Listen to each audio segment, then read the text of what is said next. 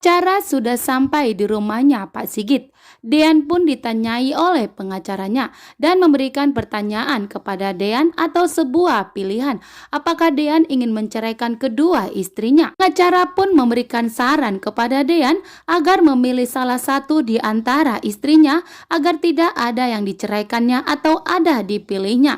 Namun dengan tegas Dean mengatakan agar proses perceraiannya segera dilaksanakan atau segera dilakukan karena Dean tidak ingin menunda lagi karena Hani begitu tega ingin melenyapkan Tias sehingga Hani pun selalu menyakiti Tias.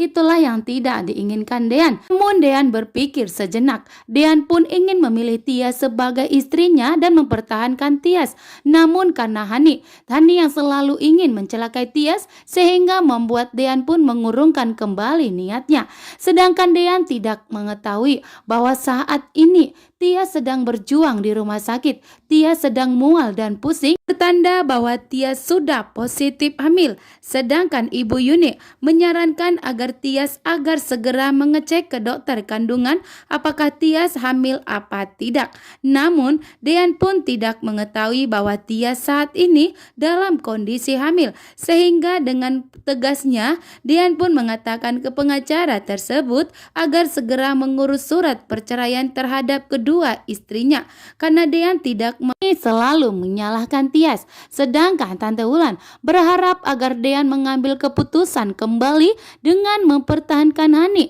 Sedangkan Pak Sigit berharap agar Dean mengambil keputusan untuk mempertahankan Tias sebagai istrinya. Dengan sejujur di dalam hatinya, Pak Sigit pun mengharapkan agar Dean mengubah keputusannya dan lebih memilih Tias sebagai istrinya. Namun Dean pun tetap kepada pendiriannya yang tidak ingin melihat Tias menderita karena Tias selalu disakiti oleh Hani. Pengacara pun menyarankan kepada Dean untuk memilih salah satu istrinya karena pengacara pun tahu betul bahwa Dean mencintai salah satu dari istrinya sehingga menyarankan untuk memilihnya.